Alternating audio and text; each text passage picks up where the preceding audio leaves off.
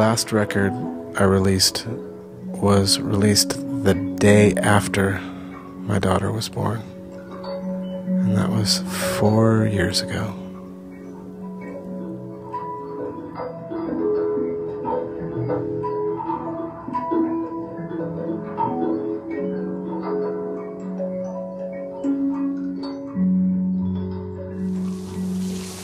Yeah, there we go.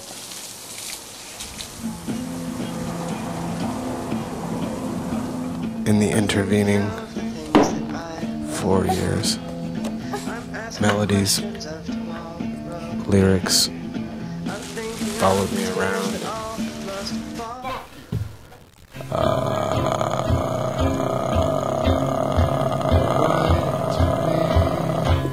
Your half is whole with me.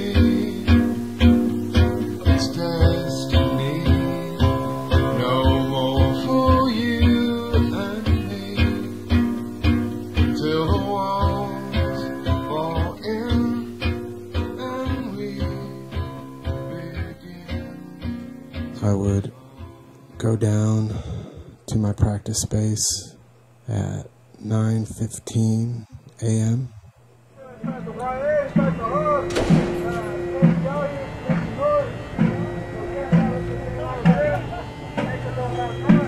There I am in my Black Sabbath t-shirt. It looked like I was taking down my pants. I guess I did that sometimes too. During the course of this record, I would move my recording setup sort of back and forth in that room. Each time I felt like I was in a rut, I would just change the position of everything.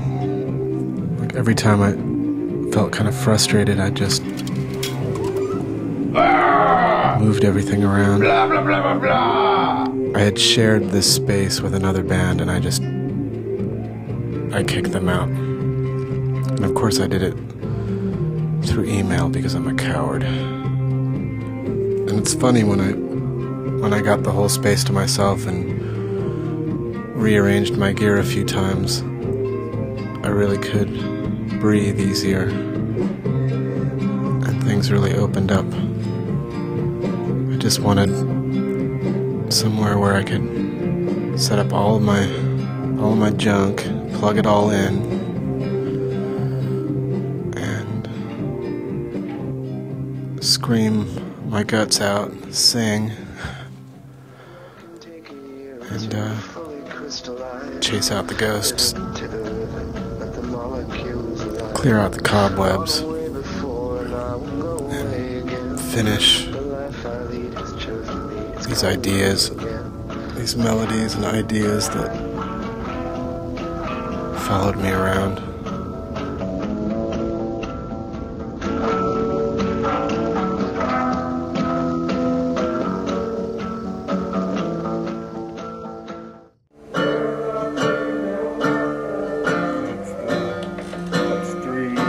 There I am with my hand on my face.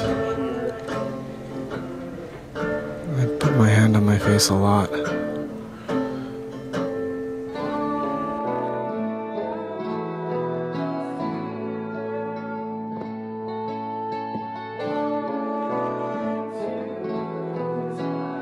I used many acoustic guitars. They mostly have, let's see, one has 6 strings, and the other 2 or 3 I use have 4 strings on them.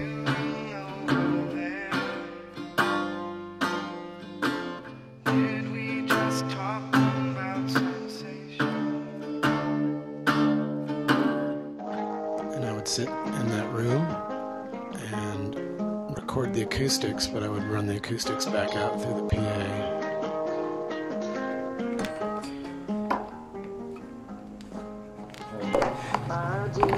Awful pedals. So I would get the kind of the sound of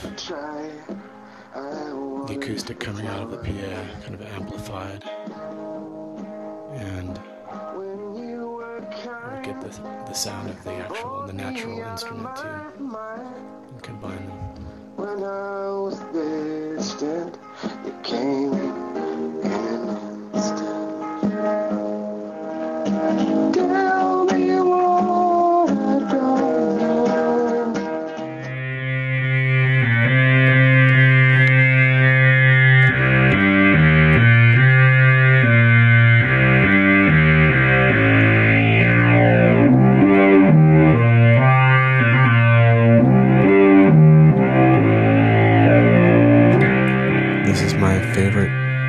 instrument.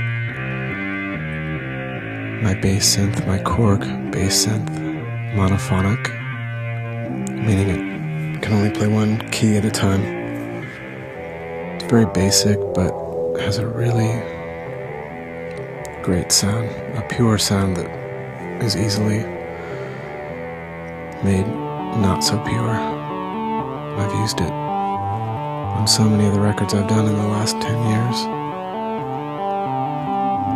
The bass synth.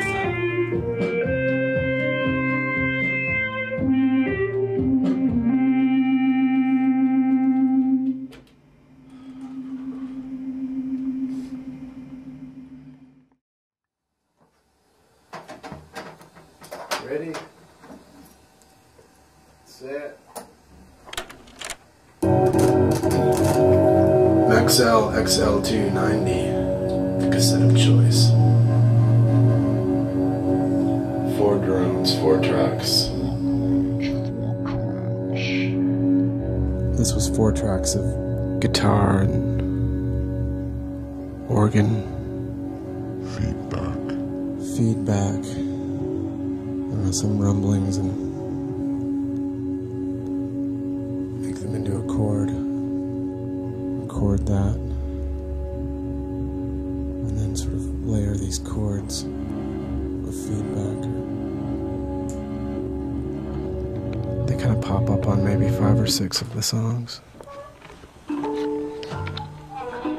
Acomo the Clown. From Akuma, New Mexico. Acoma's writhing on the floor, singing her sad song. I cut Akoma open to get her music box out.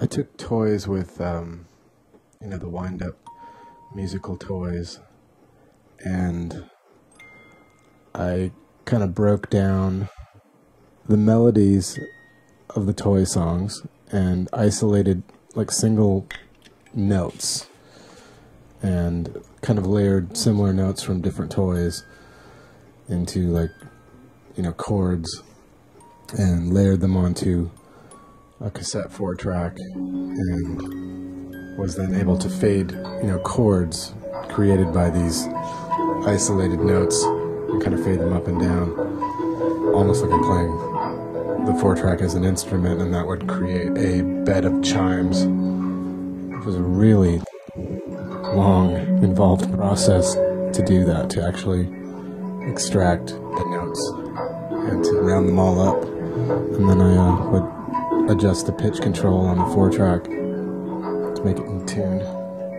with the song that I was complementing with that bell texture.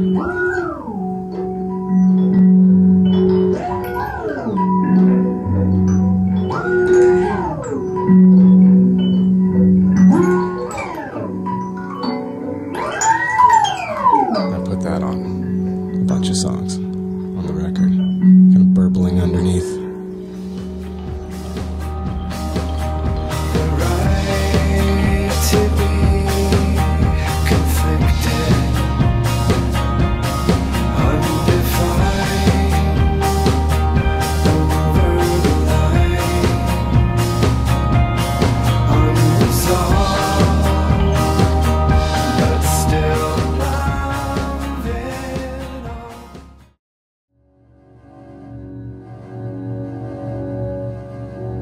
Vox rhythm box. That box is like on every song on Goodnight Unknown.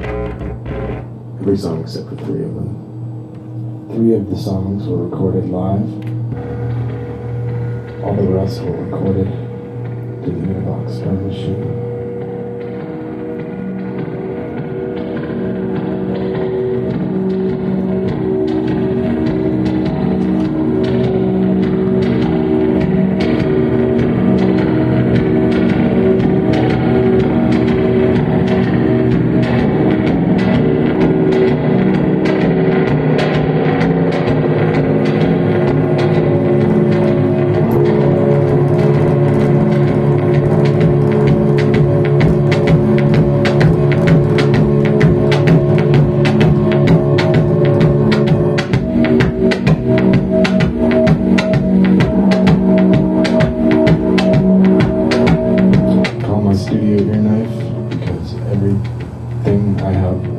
is on 10.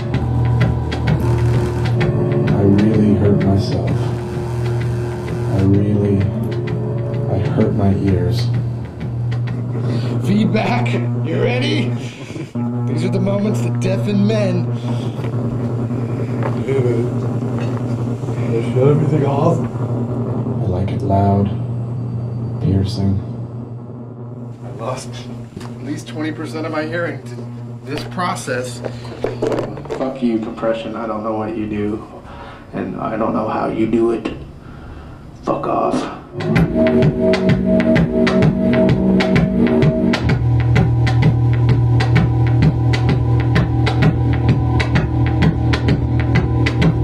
This is sort of my lame attempt at orchestrating rhythm box and tapes.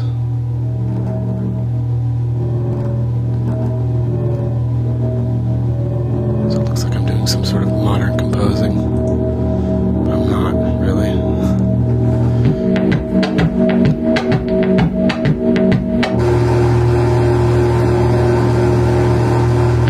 Everything's just sort of crackling too.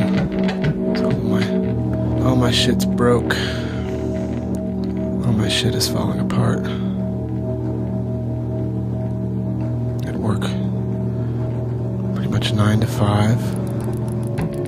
In my little hovel on San Fernando Road. I come home. It's kind of idyllic, domestic.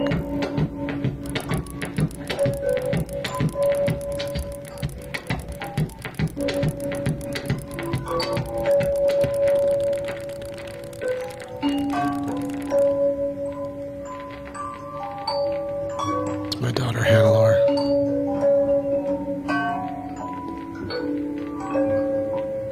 Climbing into the depths of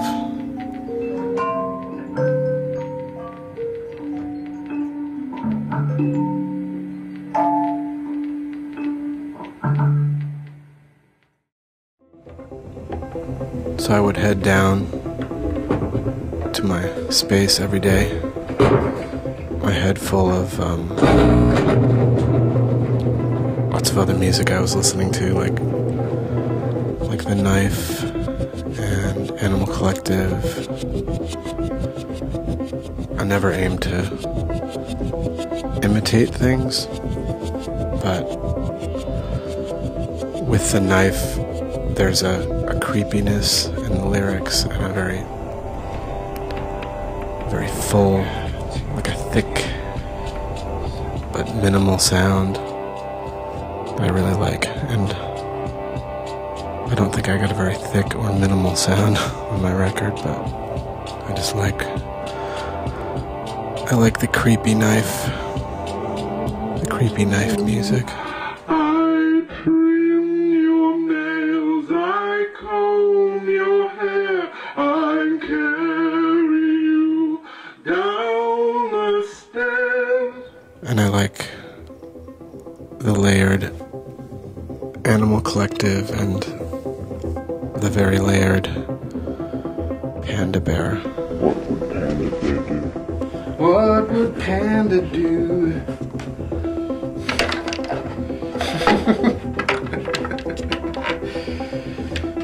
I got the backing track for that song going right now.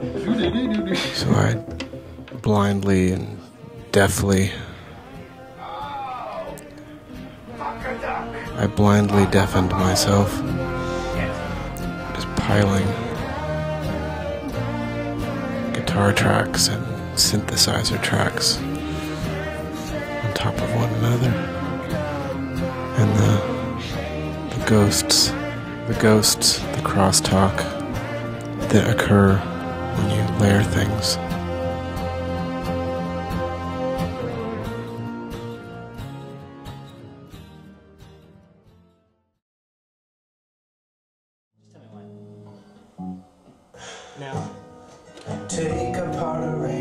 Mod Wasif. Somehow when I hang out with a mod and when we play music, I actually feel like I can articulate myself. and I don't often feel very articulate. But there's something about a mod that just brings a grace to the proceedings. I feel very safe giving him CDRs of my instrumental or my demo versions, and I say, "Can you play a beautiful guitar part on this song?" And he says, "Yes." And then he puts a beautiful guitar part on the song. I never tell him what to do. I ask for his help. And he's very generous with me. And he has been for quite a while.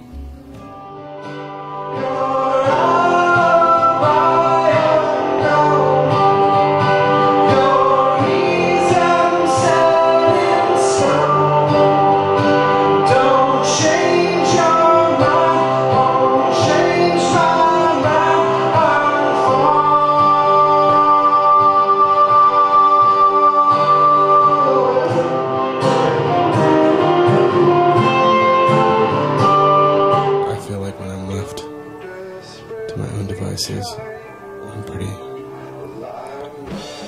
ham-fisted, heavy-handed, so rather than have my record just be me, I invited some people to play on it, like Emoh and Dale Kroger. Where's my magic? Where's my drug?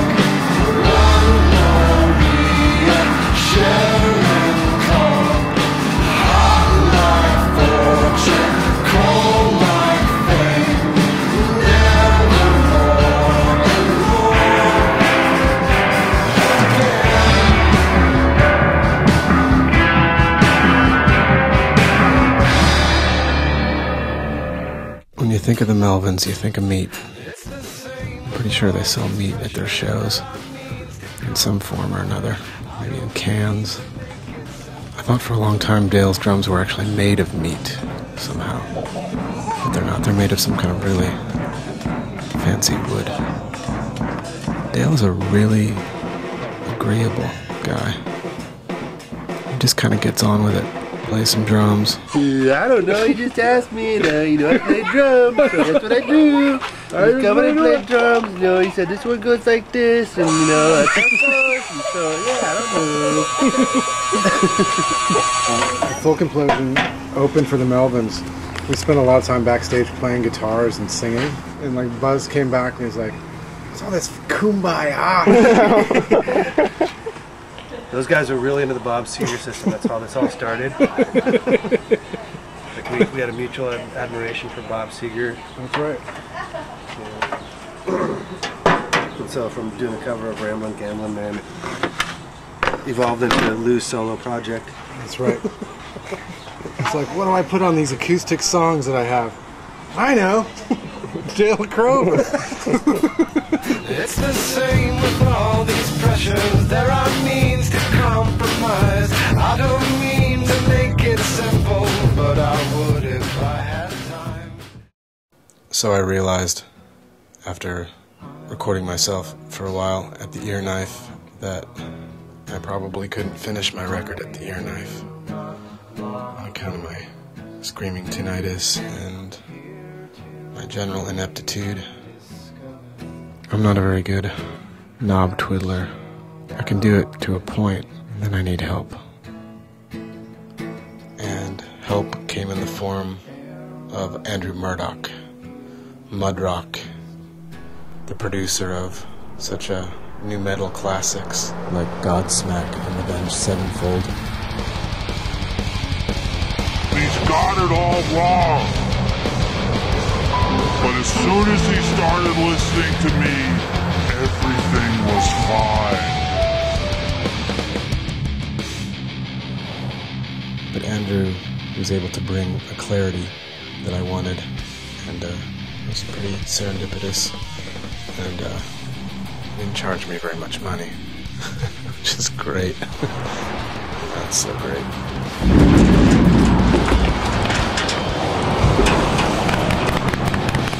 It's good when you can find someone who doesn't necessarily impose themselves on what you do, but gets inside of it, kind of appreciates what you're up to, facilitates it. And you know, he had a real gentle touch. So Andrew found out where I lived. He had walked his dogs past my house many, many times before. Our mutual friend had told him that I lived there, and then I think my name struck a tiny bell in his head. He gave me a couple of songs as Pro Tools sessions, and I listened to them in the studio, and I was really surprised at how finished they sound. A few of the songs we didn't do anything to. I think one note tone and Take Advantage, and maybe Modesty, but a lot of the songs had that weird vocal effect, and he wanted to get a more natural vocal, so we did vocals over on like 8 out of 12 songs, something like that. And then Dale came in and played drums, which was great. Dale was amazing. He was really good. And then we mixed it. It's always an interesting thing when you're working with somebody new, you know. You have to figure out what your role is, and you have to figure out what kind of rapport you're going to have when the singer's singing. He knew exactly what he wanted to do, but he was also, if I had an idea, he was also like, all right, let's try that, you know.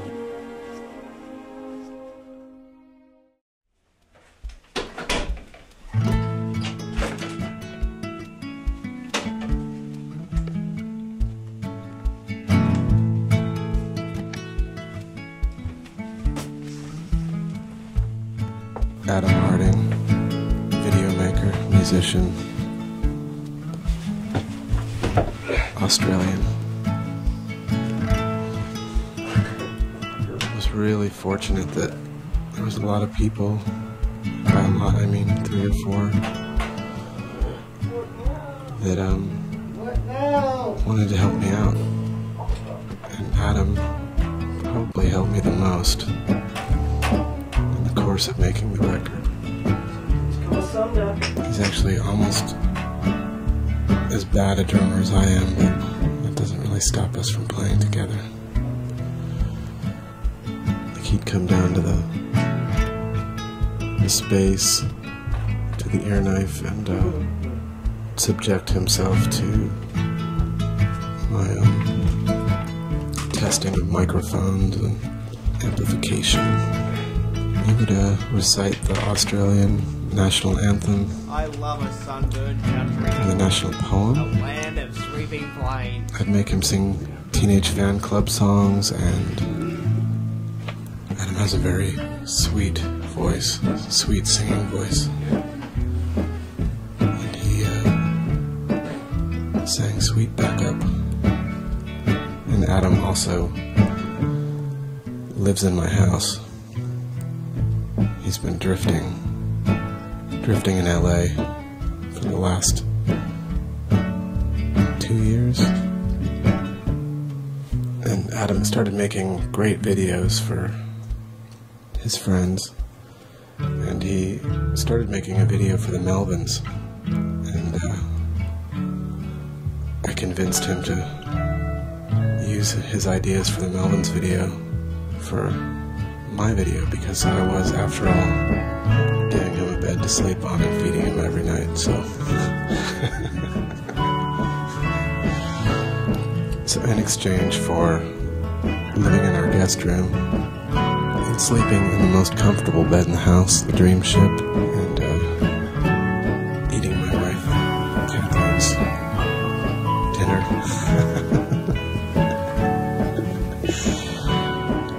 Adam also developed a great rapport with my daughter. Cheers. They get along really well. That's good tea. Adam lived in the house, and he got ideas for for videos, for the songs on the record. It really came out of our life in the house and the kind of family way we were living as the record was being recorded. And a lot of that came out in the videos and I think even in the songs too. Okay, now look at me. Nice.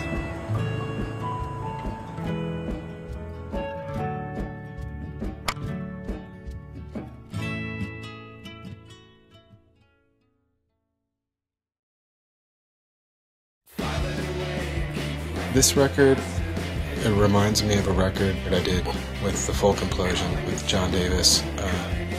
We did a record called One Part Lullaby, and it was kind of about LA, and I just moved to Los Angeles, and there was a lot of wrestling with the concept of LA, and this is where we shot the One Part Lullaby cover. Kind of why I loved it and why it scared the shit out of me. You know, I have this sense of kind of being stuck on the end of the earth somehow, and then also being, you know, really connected to the people that I live here with and around, and a lot of the songs I'm kind of wrestling with the paranoia of living in a big city. Some of the songs came kind of leaping off the top of my head. You know, I would kind of hold myself up in the space. I can really scare myself down there sometimes. And I don't know, just hearing the roar of traffic outside, and there was a big gang bust like a couple of streets over from where I was at. The sky was full of helicopters, and there was just cop cars everywhere. And I don't know, I find that kind of, you know, that anxiety, it's always been kind of the energy behind what I do.